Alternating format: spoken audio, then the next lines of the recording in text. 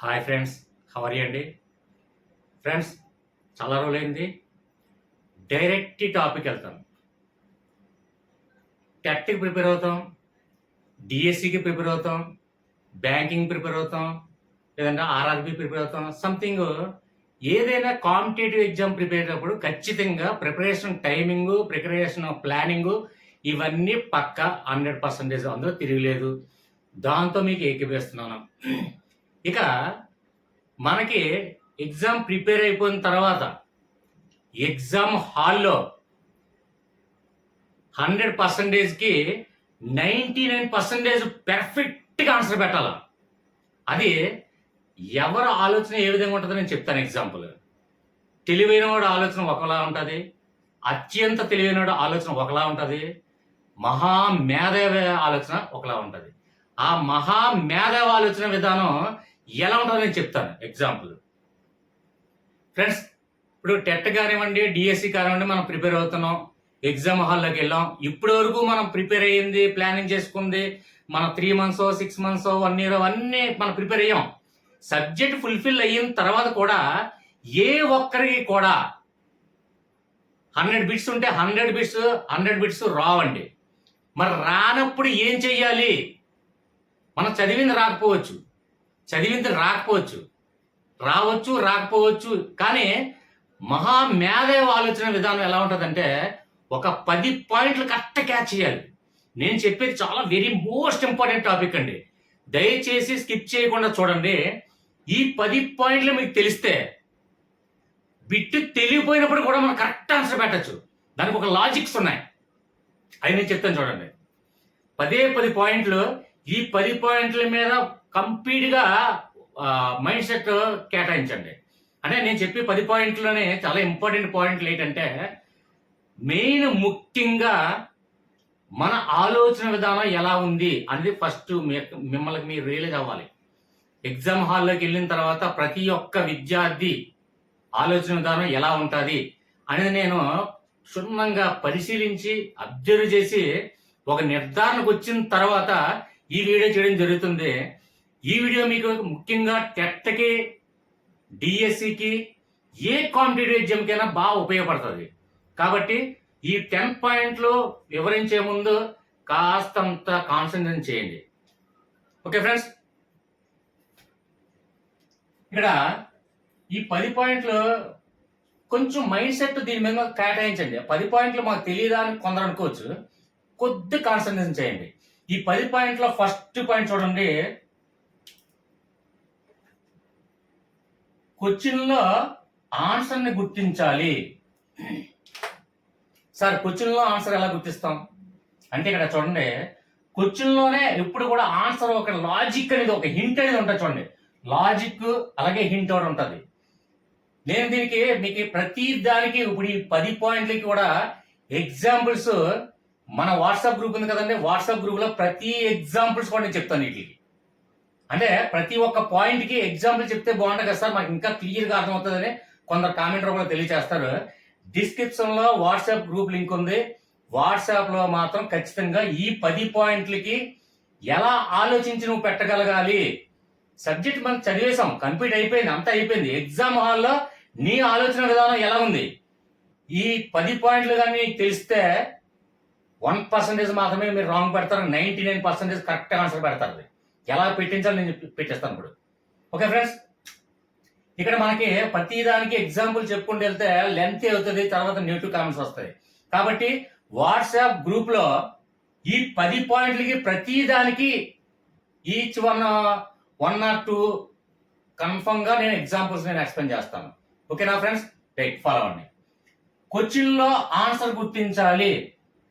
నేను WhatsApp group లో exam conduct చేసేటప్పుడు ఒక్కొక్కసారి అసలు ఆన్సరే ఇవ్వను, ఏబిసిడిలో ఆన్సర్ ఇవ్వను. అంటే మీ ఆలోచన విధానం ఎలా ఉంది అది గుర్తుపెట్టుకోండి. ఆన్సర్ ఇవ్వను అంటే మీ ఆలోచన విధానం ఎలా ఉందో నేను అబ్జర్వ్ చేస్తాను. తర్వాత ఆన్సర్ని కన్ఫ్యూజ్ చేస్తాను, కావాలని కన్ఫ్యూజ్ చేస్తుంటాను. అంటే మీ ఆలోచన విధానం బట్టి ఎలా ఉందనేది ఎగ్జామ్ కండక్ట్ చేసినప్పుడు కూడా ఈ స్టూడెంట్స్ తాలూకు ఆలోచన విధానం, అంటే ఈ ఎగ్జామ్ కి రీచ్ అవ్వాలంటే ఇతను ఆలోచన విధానం ఎలా ఉంది, అంటే మెంటల్ ఎబిలిటీ ఎలా ఉంది అనేది ఆలోచిస్తాడు. అది మాత్రం గుర్తుపెట్టుకోండి. కాబట్టి ఇక్కడ క్వశ్చన్ లోనే ప్రతి క్వశ్చన్ లో మీరు బాగా అబ్జర్వ్ చేయండి, చిన్న లాజిక్ ఉంటుందండి. లాజిక్ లేనిదే ఏ క్వశ్చన్ కూడా ఉండదు. ప్రతి క్వశ్చన్ కూడా లాజిక్ అనేది గ్యారంటీ ఉంటుంది. అది క్వశ్చన్ లో లాజిక్ ఎత్తుకున్నాడు అత్యంత మేధావి అవుతాడు. దానికి ఎగ్జాంపుల్ నేను చెప్తాను, నేను వాట్సాప్ గ్రూప్ లో నేను చెప్తాను. ఇప్పుడు చెప్పుకుంటే వెళ్తే చాలా ఎక్కువ లెంత్ అవుతుంది.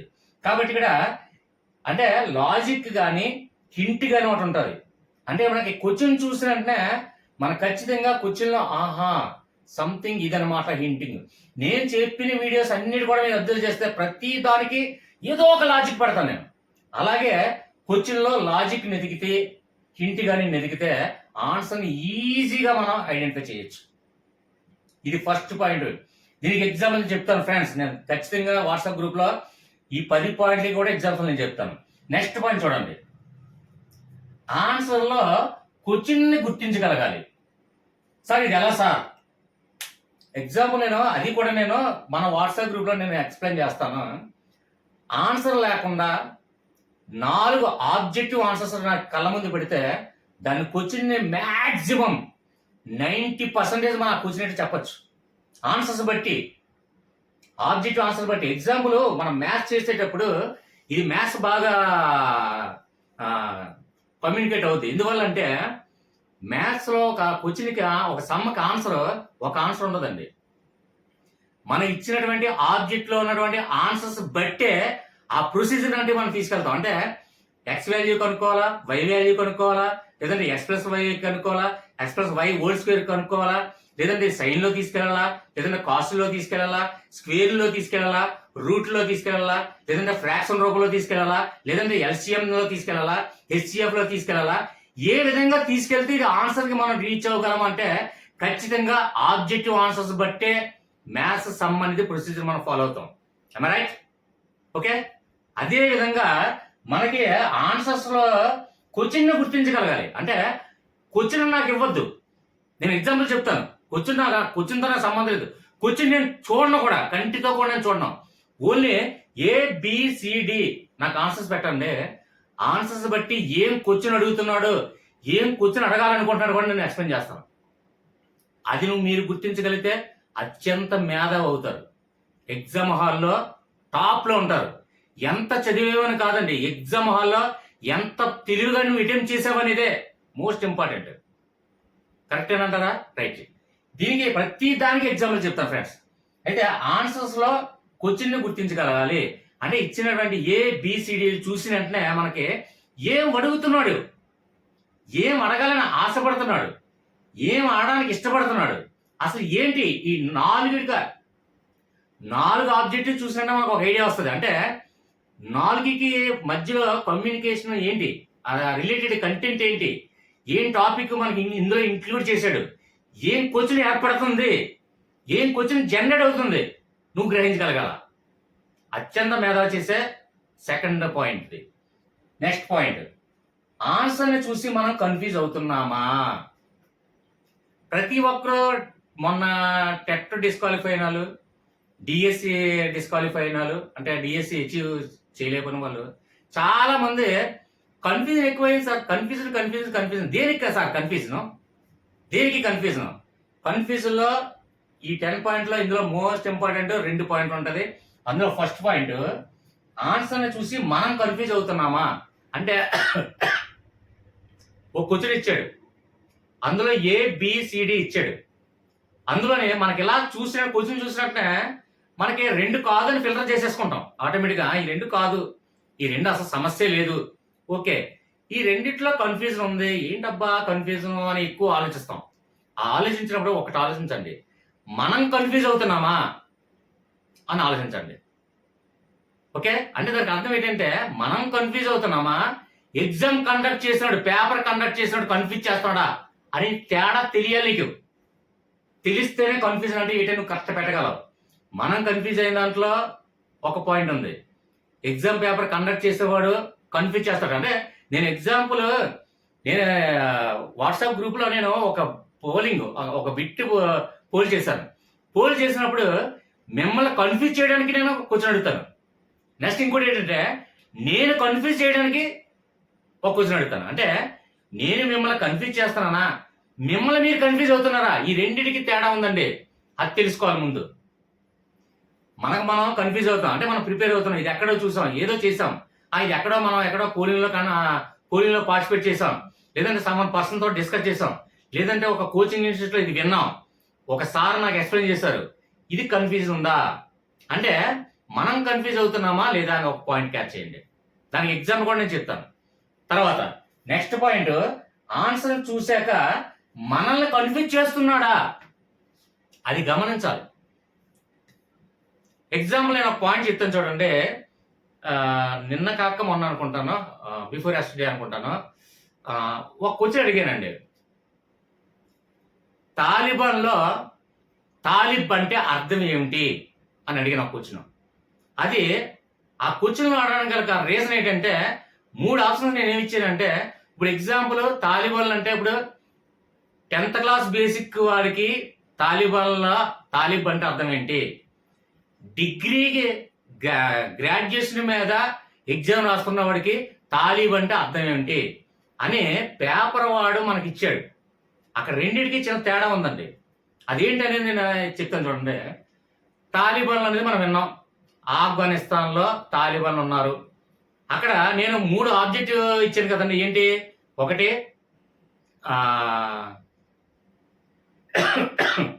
ఫస్ట్ స్వాతంత్ర్యం, 2 టెర్రరిజం, 3 రక్తం, తర్వాత నినాదం, ఇలాంటివన్నీ అంటే 3కి సంబంధించినవి ఒకేలాంటివి ఇచ్చాను నేను. అక్కడ మళ్ళీ ఇంకా కన్ఫ్యూజ్ చేయడానికి నీ టాలెంట్ ఏంటనేది అంటే అది గ్రాడ్యుయేషన్ లెవెలా 10th క్లాస్ లెవెలా అని చెప్పడానికి, అందులో ఆఫ్ఘనిస్తాన్లో ఉన్నారని తెలుసు తాలిబాన్లు అంటే.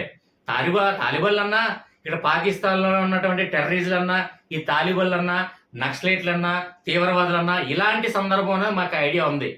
ఒక 10th క్లాస్ నాలెడ్జ్ ఉన్నోడికి ఐడియా ఉంటుంది. రైట్? అయితే గ్రాడ్యుయేషన్ కోసం నేను ఏం కన్ఫ్యూజ్ చేసి ఇచ్చానంటే, అక్కడ ఆప్షన్ ఏలో తాలిబాన్లు ఎక్కడ ఉన్నారు? ఆఫ్ఘనిస్తాన్లో ఉన్నారు. తాలిబ్ అంటే అర్థం ఏంటంటే ఆఫ్ఘాన్ అని పెట్టాను. చాలా మంది ఆఫ్ఘన్ అని పెట్టారు. ఎందుకంటే మనకు గ్రూప్ లో ఉన్న వాళ్ళందరూ టెట్కి ప్రిపేర్ అవుతున్న వాళ్ళు, డిఎస్సి ప్రిపేర్ అవుతున్న వాళ్ళు, అలాగే గ్రాడ్యుయేషన్, పోస్ట్ గ్రాడ్యుయేషన్ వాళ్ళందరి కోసం నేను కావాలని కన్ఫ్యూజ్ చేశాను నేను. అంటే అక్కడ తాలిబాన్లు కదా, తాలిబ్ అంటే ఆఫ్ఘనిస్తాన్ కాబట్టి ఆఫ్ఘన్ అని అర్థం అనేమో అనే మిమ్మల్ని ఒక గ్రాడ్యుయేట్ లెవెల్లో కన్ఫ్యూజ్ చేయడానికి నేను ఆఫ్ఘన్ అనేది అందులో పెట్టాను. ఓకే, మిగిలింది తీవ్రవాదం, టెర్రరిస్టం, ఇలాంటివన్నీ పెట్టాను.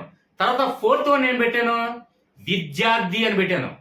ఇక్కడ తాలిబాన్లకి, టెర్రరిస్టులకి, పాకిస్తాన్లకి, తీవ్రవాదానికి, నక్సలిజానికి ఈ విద్యార్థికి ఏమైనా సంబంధం ఉందా? లేదు కదా. అంటే ఒక గ్రాడ్యుయేట్ ఎలా ఆలోచిస్తాడని ఉద్దేశంతో లాస్ట్ ఫైనల్ గా కరెక్ట్ ఆన్సర్ ఏంటి? విద్యార్థి అని పెట్టాను. తాలిబాన్లో తాలిబ్ అంటే అర్థం ఏంటంటే ఒక విద్యార్థి అని అర్థం. ఇక్కడ గ్రాడ్యుయేట్ ఏ విధంగా ఆలోచించాలి? వీడు మనల్ని కన్ఫ్యూజ్ చేస్తున్నాడు కాబట్టే ఆఫ్ఘనిస్తాన్ లో ఆఫ్ఘన్ అని పేరు తీసుకొచ్చి ఇక్కడ పెట్టాడు. అంటే మనల్ని ఎగ్జామ్ కండక్ట్ చేసినట్టు కన్ఫ్యూజ్ చేస్తున్నాడు, నువ్వు గమనించాలి. అదే 10th క్లాస్ నాలెడ్జ్ నేను ఏం పెడతానంటే, అక్కడ ఆఫ్ఘన్ అనే కరెక్ట్ ఆన్సర్ అనుకుందాం, అప్పుడు డైరెక్ట్ గా ఆఫ్ఘన్ అనే మెన్షన్ చేస్తాను. ఎందుకంటే 10th క్లాస్ కూడా నాలెడ్జ్ ఎలా ఉంటుంది? ఇప్పుడు example group D 10th class basic మీద ఎగ్జామ్ కండక్ట్ చేస్తాను. అప్పుడు ఏం పెడతానంటే, అక్కడ ఒరిజినల్ ఆన్సర్ ఆఫ్ఘనే అనుకుందాం. అంటే డైరెక్ట్ గా ఆఫ్ఘనిస్తాన్ లో తాలిబాన్ ఉన్నారు కాబట్టి తాలిబ్ అంటే ఆఫ్ఘన్ అని 10th క్లాస్ విద్యార్థి ఆలోచిస్తారు కాబట్టి డైరెక్ట్ గా 10th క్లాస్ వాళ్ళకి ఆఫ్ఘన్ అని కరెక్ట్ ఆన్సర్ ఇస్తాను. ఇక్కడ టెట్ కి, డిఎస్సికి, గ్రాడ్యుయేషన్, పోస్ట్ గ్రాడ్యుయేషన్, స్పెషల్ కోర్సులు చేసుకున్న వాళ్ళందరికీ నేను ఆఫ్ఘన్, తాలిబాన్ అంటే ఆఫ్ఘనిస్తాను, ఆఫ్ఘన్ ఎందుకు ఇస్తాను? కరెక్టా? సో ఈ 3 ఒకలాంటి తీవ్రవాదానికి సంబంధించినటువంటి అన్ని ఇచ్చి last final correct answer Talib అంటే అర్థం అని ఇచ్చాను. ఇది వాట్సాప్ గ్రూప్ లో సభ్యులకి తెలుసు, నా గ్రూప్ సభ్యులకి. అంటే ఇక్కడ మనం అబ్జర్వ్ చేయాల్సింది ఏంటి? మనం కన్ఫ్యూజ్ అవుతున్నామా, ఎగ్జామ్ కండక్ట్ చేసినట్టు కన్ఫ్యూజ్ చేస్తున్నాడు, అది నువ్వు 2 గ్రహించాలి. ఈ 2 పాయింట్లు అదేనండి. ఫస్ట్ చూడండి, ఇక్కడ ఆన్సర్ చూసి మనం కన్ఫ్యూజ్ అవుతున్నామా అది గమనించండి. అంటే మనం కన్ఫ్యూజ్ అవుతున్నామా, ఇది ఎక్కడైనా చూసామా, చదివామా, లేకపోతే డిస్కస్ చేసామా, పోలింగ్లో పార్టిసిపేట్ చేసామా, లేకపోతే పీడిఎఫ్ చూసామా, సంథింగ్ మనం కన్ఫ్యూజ్ అవుతున్నామా లేదా అది గమనించండి. ఓకే, తర్వాత ఒక ఫైనల్ గా నిర్ధారణ రావచ్చు. తర్వాత ఇక్కడ ఆన్సర్ చూశాక మనల్ని కన్ఫ్యూజ్ చేస్తున్నాడా, అది గమనించాలి. మెయిన్ పాయింట్ అది గమనించండి. మనల్ని కావాలనే కన్ఫ్యూజ్ చేస్తున్నాడుగా కూర్చుని ఉంటది, అది నువ్వు గమనించగలగాల. ఈ రెండింటికి వ్యత్యాసం కూడా ఎగ్జామ్స్ కూడా నేను ఆల్రెడీ నేను గ్రూప్ లో కండక్ట్ చేశాను పోలింగ్, మళ్ళీ కూడా ఈ ప్రతి దానికి ఎగ్జామ్ కండక్ట్ చేస్తాను. ఓకే, ఈ 4 పాయింట్లు క్యాచ్ అయింది. Next final 5th one, questions తో ప్రమేయం లేకుండా ఆన్సర్ చూసి ఆన్సర్ పెట్టగలగాలి. నేను ఇందులో ఆల్రెడీ ఒక ఎగ్జాంపుల్ చెప్పాను.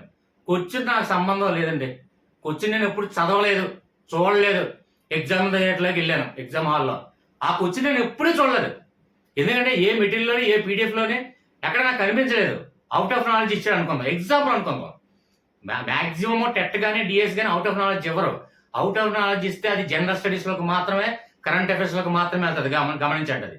ఓకే, ఇక అవుట్ ఆఫ్ సబ్జెక్ట్ నుంచి ఏదో సంథింగ్ ఏదో మనం చూడలేదు వచ్చింది క్వశ్చన్, అప్పుడు మనకు క్వశ్చన్తోనే మనకు సంబంధం లేదు. ఆన్సర్ చూసి ఆన్సర్ పెట్టగలగాల. ఆన్సర్లో ఉంటది అంటే ఒకదానికి ఏడు సంబంధం, ఏకి బీకి ఏడు సంబంధం, బీకి సీకి ఏడు సంబంధం, సీకి డీకి ఏడు సంబంధం. మీరు గమనించగలగాల. ఆ అత్యంత మేధావిగా ఆలోచించడం చేస్తాడు. అంటే ఆన్సర్ చూసి బట్టి మన ఆన్సర్ పెట్టేయచ్చు. క్వశ్చన్తో సంబంధం లేదు, ఆన్సర్ బట్టి మనం ఫిల్టర్ చేసుకోవచ్చు. ఆ కెపాసిటీ నీలో ఉండాలి, నువ్వు ఆలోచించగలగాలి. ఓకే, అంటే ఇక్కడ చూడండి, ఆన్సర్ మన క్వశ్చన్తో సంబంధం లేదు.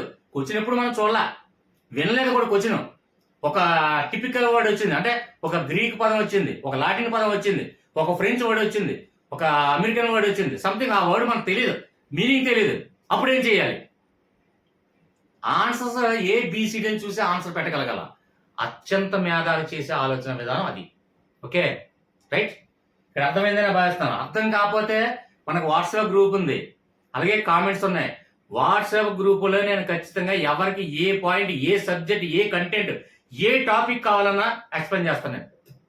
ఇందులో ప్రతి దానికి 10 పాయింట్లు కూడా ఎగ్జాంపుల్స్ రేపు ఈవినింగ్, లేకపోతే ఈవినింగ్ టుమారో, లేదా టుమారో ఆఫ్టర్ డే నేను పోలింగ్ కండక్ట్ చేస్తాను, ఎగ్జామ్ కండక్ట్ చేస్తాను. అప్పుడు మీకే అర్థమవుతుంది ఈ పాయింట్ లో ఉన్నది సార్ చెప్పింది కరెక్ట్, 100% కరెక్ట్. చదివింది లేకపోయినా నేను ఎగ్జామ్ అటెండ్ చేసి రాగలను. అత్యంత మేధావి ఎప్పుడు కూడా 90% రీచ్ చేస్తాడు. 100% 100 బిట్లు ఎవరికి రావండి. పేపర్ కండక్ట్ చేసినాడు, ఎగ్జామ్ అటెండ్ చేసినా, నేను ఎగ్జాంపుల్ చెప్తాను. ఇప్పుడు ఒక IAS టీం ఉంది, ఒక 3-4 ఒక టీం ఉంటుంది. ఆ టీం కప్ చెప్తారు పేపర్ కండక్ట్ చేయమని. ఒక దాంట్లో ఎక్స్పర్ట్, ఇంకో దాంట్లో ఎక్స్పర్ట్, ఇంకో దాంట్లో ఎక్స్పర్ట్. ఆ ఎగ్జామ్ పేపర్ మొత్తం అంతా కంప్లీట్ అయిపోయిన తర్వాత ఆ 5 కండక్ట్ చేసే 5 పేపర్ క్రియేట్ చేసిన వాళ్ళకి ఆ పేపర్ ఇవ్వండి, 100 బిట్లు కూడా ఎవరికి రావు. ఎంత IAS ఆఫీసర్ అయినా రావు. ఎందుకంటే ఒక దాంట్లో ఎక్స్పర్ట్ ఉండొచ్చు, ఒక దాంట్లో రాంగ్ ఉండొచ్చు, ఒక దాంట్లో మర్చిపోయి ఉండొచ్చు, ఒక దాంట్లో కన్ఫ్యూజ్ అయ్యి ఉండొచ్చు, ఒకరు ఆలోచన విధానం ఒకలా ఉండొచ్చు, ఒక టైం అయిపోయిందని ఇంకోలా ఉండొచ్చు, సంథింగ్ అలా ఉంటుంది. సో ఇవన్నీ కూడా అత్యంత మేధావి చేసే లక్షణాలు. ఖచ్చితంగా గుర్తుపెట్టుకోండి. ఆన్సర్ చూసి ఆన్సర్ కూడా పెట్టగలగాలి. అది దానికి ఎగ్జామ్ కూడా నేను చెప్తాను. Okay, continue. నెక్స్ట్ పాయింట్ చూడండి, 6th పాయింట్, ఆన్సర్స్ లో వ్యత్యాసాన్ని గ్రహించాలి. సార్ ఏంటి సార్ ఈ పాయింట్ ఏంటి అంటే, ఆన్సర్ లో వ్యత్యాసం ఏదో సంథింగ్ ఉంటుందండి. వ్యత్యాసం అంటే ఒక ఏకి బికి సికి డికి వ్యత్యాసం ఏంటనేది నువ్వు గమనించగలగాలి. అంటే ఏ ఆన్సర్ ఉంది, బి ఆన్సర్ ఉంది, సి ఆన్సర్ ఉంది, డి ఆన్సర్ ఉంది. ఈ మధ్యలో ఈ 4 మధ్య భేదాన్ని నువ్వు గమనించాలి. ముందు క్వశ్చన్తో సంబంధం లేదు, ఆన్సర్తో సంబంధం లేదు. ఇందులో ఈ 4 ఉన్నటువంటి వ్యత్యాసాన్ని గమనిస్తే ఆటోమేటిక్గా ఒక ఆలోచన వచ్చి ఒక నిర్ధారణకు వస్తావు. అంటే అక్కడ క్వశ్చన్ ఏంటి పక్కన పెట్టండి, ఒకదానికి ఏంటి ఏ కరెక్టా, బి కరెక్టా, సి కరెక్టా, డి కరెక్టా అని ఆలోచిస్తాం. పక్కన పెట్టండి. వ్యత్యాసాన్ని నువ్వు గమనించినట్లయితే అందులో వాస్తవాన్ని నువ్వు గమనించవచ్చు. అర్థమైందా? దీనికి ఎగ్జాంపుల్ నేను చెప్తాను. అంటే 4 ఆబ్జెక్టులకి 4 కూడా ఒకే దగ్గరలో ఉండవు. ఆ వ్యత్యాసాన్ని నువ్వు గమనించగలగాలి. అది గుర్తించిన రోజు ఖచ్చితంగా, అంటే ఎగ్జాంపుల్ బాగా టిపికల్ గా అందులో వచ్చింది ఏంటంటే 4 వ్యత్యాసాన్ని తీసుకున్నట్లయితే, ఇప్పుడు ఏకి బికి మధ్య వ్యత్యాసం కొంచెం తేడా ఉంటుంది, బికి సికి మధ్య తేడా ఉంటుంది, తర్వాత సికి డికి మధ్య తేడా ఉంటుంది, అలాగే డికి ఏకి మధ్య తేడా ఉంటుంది. ఈ వ్యత్యాసాన్ని నువ్వు గమనించాలి. ఇలాంటి సందర్భం వచ్చినప్పుడు చిన్న లాజిక్ కూడా ఉపయోగించడం. మళ్ళీ అది ఎక్కడ కొద్దిగా ఇబ్బంది పడుతుందో తెలుసా? ఒక డేట్ల దగ్గర మాత్రమే ఇబ్బంది పడుతుందండి. అక్కడ కూడా మీరు గమనించగలగాలి. అది నేను చెప్తాను. ఆ డేట్ల దగ్గర ఎలా గమనించాలనేది మన వాట్సాప్ గ్రూప్ లో చెప్పుకుందాం. ఎగ్జాంపుల్, ఒకే డేట్ ఉంటుంది, నెలల తేడా ఉంటుంది. 4 ఆప్షన్స్ లో కూడా ఒకే డేటు, అంటే సెప్టెంబర్ 19, అక్టోబర్ 19, తర్వాత జనవరి 19, డిసెంబర్ 19. ఈ 4కి వ్యత్యాసం డేట్ అయితే డేట్ తేడా తెలుసుకోవాలి. అలాగే మంత్ అయితే మంత్ వ్యత్యాసం ఏంటి, ఏ మంత్ దేనికి ప్రయారిటిస్తుందో కూడా చెప్పొచ్చు మనం. ఎగ్జాంపుల్ నేను చెప్తాను. ఎగ్జాంపుల్ ఇప్పుడు చూడండి, ఇప్పుడు జనవరి నెలలో ఒకటి అంటే చలికాలమా, ఎండాకాలమా, వర్షాకాలమా, దాన్ని బట్టి కూడా కూర్చొని మనం ఫిల్టర్ చేయొచ్చు. నేను ఎగ్జాంపుల్ చెప్తాను. ఋతుపవనాలు ఏ నెలలో ఏ రోజున ఏ తారీఖున కేరళకి తాకాయి అని అడిగాడు. పెద్ద టాపిక్, డేట్ కూడా అడిగాడు. గ్రాడ్యుయేషన్ అనుకుందాం, లేదంటే సివిల్ సర్వీస్ అనుకుందాం, లేదంటే గ్రూప్స్ అనుకుందాం. అక్కడ మనకి డేట్లు ఒకే డేట్ ఉన్నప్పుడు ఏదో చిన్న వ్యత్యాసం, 4కి మధ్య వ్యత్యాసం ఏంటి గమనించాలి. అంటే నెలకి వ్యత్యాసాన్ని గమనించినట్టయితే ఆటోమేటిక్గా డేట్ ఫిల్టర్ చేయొచ్చు. ఆ వ్యత్యాసాన్ని ఇప్పుడు డేట్ల దగ్గర వచ్చింది కాబట్టి నేను చెప్పాను. డేట్ల దగ్గర కాకుండా మిగిలిన ఏదైనా ఆన్సర్స్ వచ్చేటప్పుడు వ్యత్యాసం గమనిస్తే 4 వ్యత్యాసం ఒకదానికి. ఇప్పుడు ఎగ్జాంపుల్, ఒక కుటుంబంలో ఒక తల్లి, తండ్రి, కొడుకు, కూతురు వ్యత్యాసాన్ని గమనించినట్టయితే ఆ పేరు నువ్వు చెప్పవచ్చు ఈజీగా. పేరు ఖచ్చితంగా చెప్పగలగాలి. అంటే ఎగ్జాంపుల్, ప్రస్తుత ఈ మధ్య కాలంలో పలానా ఒక వ్యక్తి పేరు ఇచ్చి అతను ఏ కాలానికి చెందినవాడని నేను చెప్తాను మిమ్మల్ని. అంటే ఆ వ్యత్యాసం ఏంటి? ఇప్పుడు ఎగ్జాంపుల్, మన పేరెంట్స్ నేమ్ ఎలా ఉంటుంది? అప్పారావు, పాపారావు, లేదంటే శ్రీనివాసయ్య, లేదంటే కొండప్పయ్య, ఈ విధంగా పేర్లు ఉంటుంది. ఇది ఎక్కడ ఉపయోగపడుతుందో ఆలోచించండి. ఒక కౌలు రచయితల పేర్లు కూడా ఉపయోగపడుతుంది మీకు. అక్కడ అంటే ఆ కాలానికి తగ్గట్టుగా పేర్లు అదే విధంగా ఉంటుంది. తర్వాత నెక్స్ట్ జనరేషన్కి వచ్చింది. ఇప్పుడు మన జనరేషన్ అనుకుందాం. తన్మయ్య గారు, శివకేశవ, అనిత, ప్రమీల, సంథింగ్. అంటే ఈ జనరేషన్ లో నేమ్స్ ఎలా ఉన్నాయి. నెక్స్ట్ జనరేషన్కి వెళ్ళేసరికి మా పిల్లల జనరేషన్ నేమ్స్ కూడా చాలా వరకు తెలియపోవచ్చు. అంటే ఎగ్జాంపుల్, నా ఛానల్ ఏమో చాలా మంది సార్ ఇదేంటి సార్ డిఫరెంట్ గా ఉంది అంటారు. ఎందుకు చెప్తున్నా, ఇది కూడా సబ్జెక్టే. అంటే హవిష నా పెద్ద కూతురునేమో, సోనిషా నా చిన్న కూతురునేమో. అంటే పేర్లు అంటే నెక్స్ట్ జనరేషన్ వచ్చేసరికి ఒక మోడర్న్ స్టైల్, ఇంకా నెక్స్ట్ జనరేషన్ వచ్చేసరికి ఇంకా మోడర్న్ స్టైల్. రాకేష్, రోషన్, షారుఖ్, అభినవ్ ఇలాంటి పేర్లు. అంటే ఆ పేర్లు వ్యత్యాసాన్ని గమనించినట్లయినా ఆ కాలాన్ని మనం గుర్తించగలవచ్చు. అంటే ఇక్కడ ఏంటి, 4 ఆప్షన్స్ లో వ్యత్యాసం ఏంటి అని నువ్వు గమనించగలగాల. ఆ ఆలోచన నీలో ఉందా? అతనే అత్యంత మేధావి, అది గమనించాలి.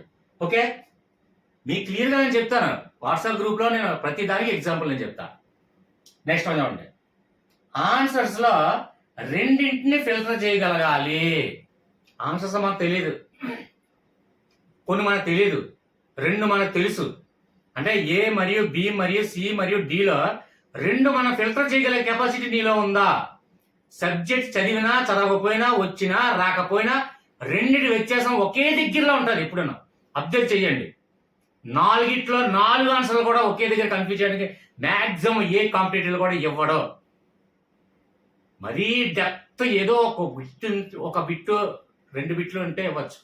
కానీ ఎప్పుడైనా గమనించండి, ఏ కాంపిటేటివ్ ఎగ్జామ్ లా ఏ బిట్ తీసుకున్నా ప్రతి ఒక్కరికి వచ్చేది కూడా ఫస్ట్, సార్ ఏ కాదు బి కాదండి, సిఓ డిఓ తెలియదు, కన్ఫ్యూజ్ అయ్యి రాంగ్ పెట్టాను. అంటే అక్కడ కాన్ఫిడెంట్ గా 2 ఫిల్టర్ చేయగలిగావు. అంటే 4ట్లో 2 ఫిల్టర్ చేయగలిగాలి ఖచ్చితంగా. ఆ రెండింటి మాత్రమే వ్యత్యాసం దగ్గరలో ఉంటుందండి. మిగిలిన సంబంధం ఉండదు, దేనికి సంబంధం లేకుండా వస్తాడు. అది మాత్రం గుర్తించండి. అంటే మీకు 4ట్లో 2 ఫిల్టర్ చేయగల ఆలోచన మీలో ఉండాలి, అది గుర్తుపెట్టుకోండి. Okay right. నెక్స్ట్ వన్ చూడండి. ఆన్సర్లో పైవేవి కావు అనే సందర్భం వచ్చినప్పుడు నిశ్చితంగా గమనించాలి. ఇది వెరీ మోస్ట్ ఇంపార్టెంట్ అండి. దేనికి నేను చెప్పినా, చాలా సందర్భాల్లో ఏ మరియు బి ఫిల్టర్ చేయడం ఉంటుంది. 4గిట్లో 3 ఒకేలా ఉంటాయి, 4గిట్లో 2 ఒకేలా ఉంటాయి, 3 ఒకేలా ఉండి 1 డిఫరెంట్ గా ఉంటది, లేదంటే 1 మాత్రం కరెక్ట్ ఉండి 3 రాంగ్ గా ఉంటది. ఇలాగ రకరకాలుగా అనేక విధాలుగా ఫిల్టర్లు చేయగా మనకి ఎగ్జామ్ పేపర్ ఏ పేపర్ తీసుకోండి, టెట్ కానీ, డిఎస్ కానీ, బ్యాంకింగ్ కానీ, ఆర్ఆర్బి కానీ, ఏ కాంపిటేటివ్ ఎగ్జామ్కి వెళ్ళినా ఇలాంటి సందర్భం చాలా రేర్ గా చూస్తామండి. అంటే ఎగ్జామ్ 100 మార్కుల పేపర్ అయితే 100 మార్కుల్లో నాకు తెలిసి ఒక 5 లోపే ఉంటాయి. 2 లేదా 3 లేదా 4, 5 అంతే. 5 దాటి వెళ్ళాం. అంటే ఏ సందర్భం అండి? ఆన్సర్లో పైవేవి కావు అనే సందర్భం వచ్చినప్పుడు, అలాంటి సందర్భం వచ్చినప్పుడు చాలా నిశ్చితంగా గమనించాలి. ఎందుకంటే అక్కడ మనం గమనించేది ఏంటంటే ఈ పైవేవి కావులోనే 3 ఉన్నాయి కదండి. అంటే ఏ మరియు బి మరియు సి, ఈ పైవేవి కావని చెప్పి డి ఇచ్చిన సందర్భాల్లో చాలా తక్కువ సందర్భం. అలా తక్కువ సందర్భం వచ్చినప్పుడు చిన్న గమనించాలి. అంటే ఏ గాని, బి గాని, సి గాని ఎటువంటి పరిస్థితుల్లో ఇది కాదు, నేను ఎక్కడ చూడలేదు, నాకు తెలియదు అని నువ్వు డిసైడ్ అయినప్పుడు డి పెట్టండి. పైవేవి కావు అనే సందర్భం వచ్చినప్పుడు కూడా మ్యాక్సిమం డిఏ అప్లై చేయబడుతుంది. అది నువ్వు ఆలోచించగలగాలి. ఓకే, కాబట్టి అన్ని సందర్భాలు అలా కాదు. ఎలాగా? 90% పైవేవి కావు అనే సందర్భం వచ్చినప్పుడు డిఏ ఉంటుంది, పైవేవి కావు ఒకటే. మిగిలిన 10% ఏంటంటే ఆ మూడిట్లో ఏదైనా, అంటే మనకి చూడలేనిది, సందర్భం లేనిది, ఆ మధ్యలో వ్యత్యాసాన్ని మనం గమనించలేకపోయింది, వ్యత్యాసం సంబంధం లేనిది, ఇలాంటి ఇచ్చిన సందర్భమే ఇస్తాడు ఖచ్చితంగా. అలాంటి సందర్భంలో నిశ్చితంగా గమనించాలి. ఓకే, అప్పుడు డిఏ ఎక్కువ ఆన్సర్ వస్తుంది. నెక్స్ట్ వన్ చూడండి, ఆన్సర్లో పైవన్నీ అనే సందర్భం వచ్చినప్పుడు నిశ్చితంగా గమనించాలి. ఇది నెక్స్ట్, ఇది కూడా ఇంపార్టెంట్. పైవన్నీ అనే సందర్భం ఎక్కువ ఎలాంటి సందర్భాలు వస్తాయి తెలుసా అండి? ఏ కరెక్టే, బి కరెక్టే, సి కరెక్టే, డి కరెక్టే, ఇందులో ఏది కరెక్టో మనం పెట్టలేము. అలాంటి సందర్భంలో ఎప్పుడైనా సరే పైవన్నీ అనే టాపిక్ ఏదైతే డి అయితే డి, సి అయితే సి, అదే మ్యాక్సిమం 99% ఉంటుంది. కావాలంటే మీరు నన్ను టెస్ట్ చేయడం కోసం ఎన్ని ఎగ్జామ్ పేపర్లో, ప్రీవియస్ పేపర్లో, మోడల్ పేపర్లో, ఎనీ అనదర్ కాంపిటేటివ్ ఎగ్జామ్ పేపర్లో మీరు చూసుకోండి. పైవన్నీ అనే సందర్భం వచ్చినప్పుడు ఎప్పుడు కూడా ఆన్సర్ బిగా టక్మని మనం చెప్పలేం. ఎందుకంటే అన్ని 4 ఒకే సందర్భంలో ఉంటాయి. లేదంటే మ్యాచ్ చేయండి అంటాడు, అది ఇది మ్యాచ్ చేయండి, ఇది అది మ్యాచ్ చేయండి అంటాడు కదా. అలాంటి సందర్భాలు ఎప్పుడైనా మీరు చూసారా, అబ్జర్వ్ చేశారా? అది ఏ కరెక్టేలా అనిపిస్తుంది, మళ్ళీ బి చూసినట్టునే బి కూడా కరెక్టేలా అనిపిస్తుంది, సి చూస్తే సి కూడా కరెక్ట్ అనిపిస్తుంది. అలాంటి సందర్భాలు, ఫిల్టర్ చేయలేని సందర్భాలు ఎప్పుడు కూడా పైవన్నీనే మ్యాక్సిమం వస్తుంది. అది కూడా రేరుగా వస్తాయి. ఇలాంటి సందర్భం పైవన్నీ ఇచ్చినప్పుడు పైవేవి కావు ఇచ్చిన సందర్భాలు కూడా మ్యాక్సిమం, అది ఒక్కటి చిన్న పాయింట్ గమనిస్తే 90% డిఏ అవుతుంది. అయితే పైవన్నీ అవుతుంది, లేదంటే పైవేవి కావు అవుతుంది. అది గమనించండి. సార్ మీరు 90% అని చెప్పారు కదండి, 90% పెట్టేసానండి అని మీరు అనొచ్చు. 10% అక్కడ ఆలోచించగలగాలి. వ్యత్యాసాన్ని మనం గమనించినట్లయితే అక్కడ పైవేవి మనకు తెలియదు, పైవేవి మన తల సందర్భం ఉండదు, ఇవేవి కానట్టు ఉందే అని అనిపించే సందర్భం ఒకటి, ఇవన్నీ కరెక్ట్ ఎలా ఉన్నాయే అనే సందర్భం ఒకటి. ఆ 2 సందర్భాలు ఇచ్చినప్పుడు ఈ 2 సందర్భాల్లో నువ్వు గమనించగలను, అయితే రాంగ్ ఆన్సర్ పెట్టలేరు మీరు. ఓకే, నెక్స్ట్ వన్, ప్రశాంతంగా ఆలోచించి కరెక్ట్ ఆన్సర్ పెట్టాలి. సార్ మాకు తెలియదా ప్రశాంతంగా ఆలోచించండి అంటే, దీంట్లో కొన్ని చిన్న చిన్న పాయింట్స్ ఏంటంటే, కొంతమంది అయ్యో ఈరోజు నేను మ్యాథ్స్ స్టూడెంట్ని, ఆర్ట్స్ ఎక్కువ ఇస్తారే, సరిగా నేను చేయలేకపోయాను, ఎగ్జామ్ రీచ్ అవ్వలేకపోతున్నాను, వస్తుందా రాదా అంటే రాసేటప్పుడు కూడా, మనం టిక్ పెట్టేటప్పుడు, కంప్యూటర్ ఆన్ చేసేటప్పుడు కూడా ఒక బటన్ దగ్గర ప్రెస్ చేయబోయి ఇంకో బటన్ దగ్గర ప్రెస్ చేసే మంది చాలా మంది ఉన్నారండి. ఎంతమంది నా మెసేజ్ పెట్టారు, ఫోన్లు కూడా చేశారు నాకు. అంటే ఒక బటన్ ప్రెస్ చేయబోయి ఇంకో బటన్ ప్రెస్ చేయడం ఎందుకు? ప్రశాంతంగా ఆలోచించలేకపోయారు. దానికి రీజన్ ఏంటి? ఎగ్జామ్ పేపర్ కష్టంగా ఉందని మీరు భావించినప్పుడు. ఎగ్జామ్ పేపర్ కష్టంగా ఉండడం కాదు, చాలా ఇష్టంగా ఉందని అనుకున్నప్పుడు ఆటోమేటిక్గా పెన్ కానీ, ఆఫ్లైన్ అయితే పెన్ కానీ, ఆన్లైన్ అయితే వేళ్ళు కానీ టక్ టక్ అని వెళ్తుంది. ఎప్పుడైతే నువ్వు ప్రశాంతంగా ఆలోచించుకో, నేను చేయగలను, నేను సాధించగలను, ఎగ్జామ్ రీచ్ అవ్వగలను, 100% నాకు బిట్లు తెలియకపోయినా నేను పెట్టగలను, బిట్లు తెలిసినవి నాకు పేపర్ వచ్చాయి అని నువ్వు ఎప్పుడైతే పాజిటివ్గా నువ్వు థింక్ చేస్తావో ఎగ్జామ్ నీ చేతుల్లోకి వచ్చి ఉంటుంది, మార్క్స్ నీ పాకెట్లో ఉంటుంది, ఎగ్జామ్ రిజల్ట్లో నీ నెంబర్ ఉంటుంది. అది గమనించండి. ప్రశాంతంగా ఆలోచించలేరండి, అందరూ కూడా కన్ఫ్యూజ్. దేనికి కన్ఫ్యూజ్ అవుతున్నారు? మీరు ఎలిమెంటరీ స్కూల్ పిల్లలా, 1 to 5th క్లాస్ అవుతున్నారా, 6 to 10th క్లాసా? మినిమం ప్రతి ఒక్కరు కూడా మినిమం ఇంటర్మీడియట్ డైట్ కానీ, బీఈడి కానీ, గ్రాడ్యుయేషన్ కానీ, పోస్ట్ గ్రాడ్యుయేషన్ కానీ సంథింగ్ చదివిన వాళ్ళే. ఎందుకు కన్ఫ్యూజ్ అవుతున్నారు అంటే ఎగ్జామ్ హాల్కి ప్రిపేర్ అవ్వడానికి, ఎగ్జామ్ హాల్కి వెళ్ళేటప్పటికల్లా మీరు ప్రిపరేషన్ లేరు, అంటే కాన్ఫిడెంట్గా మీరు లేరు, మీ మీద మీకు నమ్మకం లేదు. నేను ఈ పాయింట్లన్నీ కూడా ఎందుకు చెప్తానంటే నా మీద నమ్మకం ఉంది. నేను ఎగ్జామ్ హాల్లో నాకు తెలియలేని క్వశ్చన్ ఇచ్చినా నేను ఆన్సర్ కరెక్ట్ పెడతాను. బీ కాన్ఫిడెంట్గా నేను చెప్తున్నాను. అంటే నేను అది కరెక్ట్ పెడతానో పక్కన పెట్టండి, ఎవడైనా రాంగ్ పెడతాడు. కానీ నేను బీ పాజిటివ్ కాన్ఫిడెంట్గా నేను ఎగ్జామ్ హాల్లో ఉన్నాను.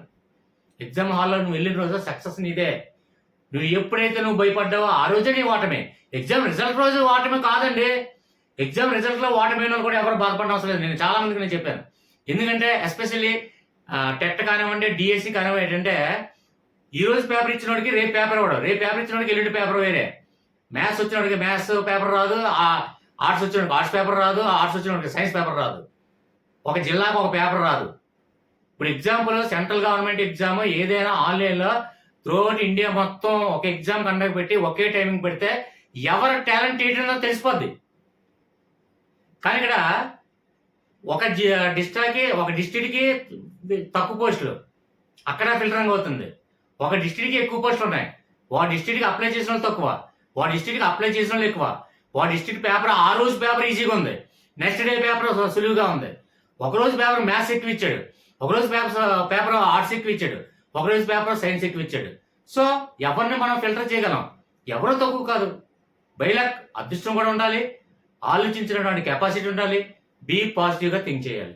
ఇవన్నీ కూడా ఉన్న ఒక విషయం ఫైనల్గా నేను చెప్పేది ఏంటంటే, ఒక ఇంటర్వ్యూలోనే కోటా శ్రీనివాస గారు చెప్పారండి,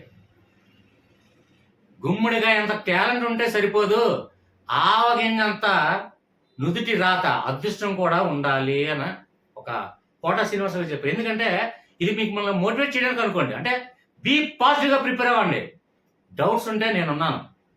ఓకే ఫ్రెండ్స్, ఈ 10 పాయింట్లు కూడా మీరు నిజంగా గమనించినట్లయితే ఎంతవరకు కరెక్ట్ మీకు మీరు రియలైజ్ అయ్యి కామెంట్ రూపంలో తెలియచేయండి. మీ కామెంట్స్ కోసం నేను వెయిట్ చేస్తూ ఉంటాను. నెక్స్ట్ ఇంకో విషయం ఏంటంటే, నెక్స్ట్ తెలుగు కంటెంట్ ఏం చదవాలో తెలియట్లేదు చాలా వరకు. ముఖ్యంగా మేడం కొంతమంది మన వాట్సాప్ గ్రూప్లో అడుగుతున్నారు, తెలుగు కంటెంట్లో ఏం ప్రిపేర్ అవ్వాలో తెలియదు, తెలుగు కంటెంట్ పీడిఎఫ్ అంతే మొత్తం చదువుతున్నారు. అవి కాదు, తెలుగు కంటెంట్లో ఏంటి టాపిక్స్ తీసుకోవాలి, తెలుగు కంటెంట్, తెలుగు మెథడాలజీ, తెలుగు మొత్తం గ్రామరు, మొత్తం ఏ టాపిక్స్ తీయాలనేది ఒక వీడియో చేయమంటున్నారు. డెఫినెట్గా నేను చేస్తాను, నా పాసిబిలిటీ టైం తీసుకొని. ముఖ్యంగా తన్మయ్య మేడం నెక్స్ట్ మీకోసం తెలుగు కంటెంట్ డెఫినెట్గా నేను చేస్తాను, మాటిస్తున్నాను. ఈ వీడియో చూసి మీకు నచ్చినట్లయితే లైక్ చేయండి, సబ్స్క్రైబ్ చేయండి. ఇంకొక విషయం, ఒక విషయం ఫ్రెండ్స్, చాలా మంది వాట్సాప్ గ్రూప్లో వాళ్ళకి అందరికి నేను రిమూవ్ చేసిన వాళ్ళకి అందరికీ ఒకటి నేను చెప్పేది ఏంటంటే, అయితే పోలింగ్లో పార్టిసిపేట్ చేయండి, లేదు సబ్జెక్ట్ డిస్కస్ చేయండి, లేదు ఏదైనా మెసేజ్ పెడితే రెస్పాండ్ అవ్వండి. రెస్పాన్సిబిలిటీగా మీరు ఫీల్ అయినంత వరకు మిమ్మల్ని నేను రెస్పాన్సిబిలిటీగా ఫీల్ అవుతూ వాట్సాప్ గ్రూప్లో సభ్యులు అందరికీ ఏ సబ్జెక్ట్ అయినా, పోలింగ్ అయినా, సబ్జెక్ట్ డిస్కషన్ అయినా, ఏ టాపిక్ అయినా మనం డిస్కస్ చేయడానికి మనకు అనువుగా ఉంటుంది. దయచేసి ఇన్ఫో చెక్ చేస్తే చూస్తున్నారు, లేదంటే ఆన్సర్ ఇవ్వట్లేదు. కొందరు ఖాళీ లేని వాళ్ళు ఏంటంటే నాకు ఫోన్ చేసో మెసేజ్ పెట్టే, సార్ నేను చూడలేదండి, చూసిన తర్వాత రెస్పాండ్ అయ్యాను. ఇలాగా ఇర్రెస్పాన్సిబిలిటీ పర్సన్స్ నా గ్రూప్లో ఉండకూడదు ఉద్దేశంతో చాలా మందిని రిమూవ్ చేయడం జరిగింది. ఇంకొక విషయం ఏంటంటే, నా గ్రూప్లో ఉండాలి అనుకున్న మాత్రం ఖచ్చితంగా ఇక్కడ చూడండి, డిస్క్రిప్షన్లో వాట్సాప్ లింక్ ఉంది. వాట్సాప్ లింక్లో దయచేసి ఇక్కడ చూడండి, సబ్స్క్రైబ్ బటన్ పక్కన జాయిన్ బటన్ ఉంది. జాయిన్ బటన్ ద్వారా జాయిన్ అయ్యే మాత్రమే వాట్సాప్ గ్రూప్లో జాయిన్ అవ్వండి. వాట్సాప్ గ్రూప్లో నాకు రిక్వెస్ట్ పెడితే రిక్వెస్ట్ నేను యాక్సెప్ట్ చేసి వాళ్ళని నేను యాడ్ చేసి వాళ్ళకి ఏ వీడియో కావాలన్నా ఆ వీడియో చేస్తాను. ఇక ఫైనల్ నేను చెప్పేది ఏంటంటే, మేడం సుమతి మేడం అలాగే రాజశ్రీ మేడం మీరిద్దరు కూడా ఈ వీడియో చూస్తారని ఆశిస్తున్నాను. మీరు చూసారు, వాట్సాప్లో లింక్ పెట్టండి, ఎందుకంటే జాయిన్ బటన్ ద్వారా జాయిన్ అయ్యారు కాబట్టి మీకు ఏ వీడియో కావాలా first preference is goes to joiners. Join button ద్వారా జాయిన్ అయ్యింది సార్ నాకు ఈ వీడియో చేయండి అంటే ఖచ్చితంగా 100% నెక్స్ట్ ప్రిఫరెన్స్ అలాగే ప్రిఫరెన్స్ ఇస్తాను. Okay friends, next Telugu content తో మీ ముందుకు వస్తాను. వీడియో నచ్చినట్లయితే లైక్ చేయండి, సబ్స్క్రైబ్ చేయండి. బాయ్.